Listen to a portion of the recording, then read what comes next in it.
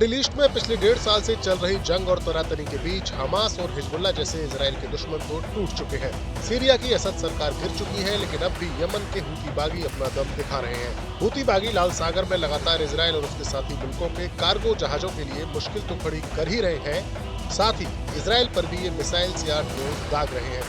Israel के लिए अब ये टेंशन की बात है कि हूतियों के पास अब हाइपरसोनिक मिसाइल जैसा खतरनाक हथियार भी आ गया है। इस बात की आशंका जताई जा रही है कि हूतियों को ये मिसाइल संभवतः या तो ईरान ने मुहैया कराई है या फिर नॉर्थ कोरिया ने। हूती मिलिशिया के प्रवक्ता ने बताया है कि मध्य इजराइल पर फिलिस्तीन 2 नाम की हाइपरसोनिक मिसाइल से हमला किया गया है। इसके साथ ही उसने ये वादा भी किया कि इजरायली फौज जब तक गाजा पर अपने हमले नहीं रोकेगी तब तक इजराइल पर हूती इसी तरह मिसाइल दागते रहेंगे। हाइपरसोनिक मिसाइल ऐसी मिसाइल होती है जो आवाज की गति से कई गुना ज्यादा तेज उड़ने की क्षमता रखती है। आवाज की गति को मैक में नापा जाता है और हाइपरसोनिक मिसाइल आमतौर पर मैक 5 या उससे ज्यादा तेज की गति से उड़ती है।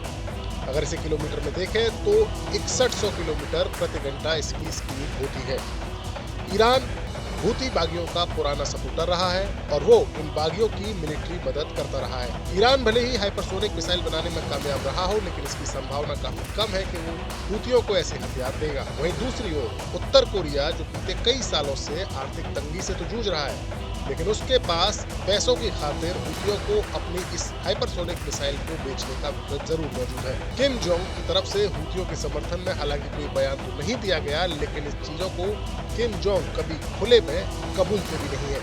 इसकी एक नजीर रूस यूक्रेन युद्ध में भी देखने को मिल रही है, जहां देखा जा रहा है कि उत्तर कोरियाई सैनिक रूस की सेना की तरफ से यूक्रेन से लड़ रहे हैं, लेकिन किम जोंग उन ये बात कभी नहीं कबूल रहे कि यूक्रेन युद्ध में उनके फौजी मौजूद हैं। तो बात साफ है, हूतियों के पास अगर हाइपरसोनिक मिसाइल है तो या तो उसे ईरान ने दी है या फिर नॉर्थ कोरिया ने। और अब ये जानते हैं कि हूती बागी आखिरकार है कौन। दरअसल हूतियों का उदय 1980 के दशक में हुआ था। ये यमन के नॉर्दर्न इलाके में शिया मुस्लिमों का एक बड़ा संगठन है। इस बागी गुट का गठन 1990 में हुसैन अल हूती ने किया था। यमन की कुल आबादी में 35% की हिस्सेदारी शिया समुदाय की है, जबकि 65% सुन्नी समुदाय के लोग यहाँ रहते हैं। यमन में जंग और उसके नतीजों की वजह से करीब 3 लाख लोग अभी तक मारे जा चुके हैं। हूती नॉर्दर्न यमन में सुन्नी इस्लाम की सलाफी विचारधारा के विरोध में है। साल 2011 से पहले जब यमन में सुन्नी नेता अब्दुल्ला सालेह की सरकार थी, तब शियाओं के दमन की कई घटनाएं सामने आई थी। ऐसे में शियाओं के भीतर सुन्नी समुदाय के तानाशाह नेता के खिलाफ गुस्सा भी बढ़ता था। हूतियों ने 2004 से 2010 तक सालेह की सेना के खिलाफ 6 बार युद्ध किया।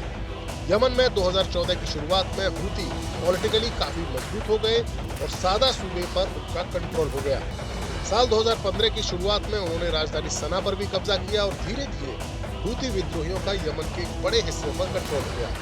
ये संगठन यमन में एक बड़े हिस्से में यमन के अपना टैक्स वसूलता है, अपनी करेंसी छापता है और एक अनुमान के मुताबिक हूतियों के पास करीब 1.5 लाख लड़ाकों की संख्या है। यमन की भौगोलिक स्थिति में ये उस हिस्से पर कंट्रोल करते हैं जो लाल सागर का तटीय इलाका है। मिडिल ईस्ट का इलाका खनिज तेल और गैस का बड़ा भंडार है। पूरी दुनिया की ऊर्जा जरूरत का एक बड़ा हिस्सा यहीं से निर्यात होता है और लाल सागर और अदन की खाड़ी के समुद्री मार्ग से इस निर्यात का एक बड़ा हिस्सा गुजरता है।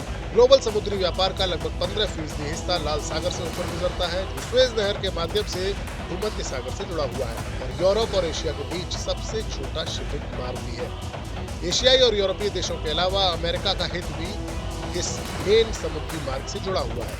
यानी हूती अपनी भौगोलिक स्थिति के चलते पहले से ही पावरफुल है और अब उनके पास हाइपरसोनिक मिसाइल का आना इजराइल अमेरिका के लिए बड़ी टेंशन की बात है। न्यूज नेशन अब व्हाट्सएप पर खबरों की ताजा अपडेट के लिए न्यूज नेशन के इस QR कोड को स्कैन करें।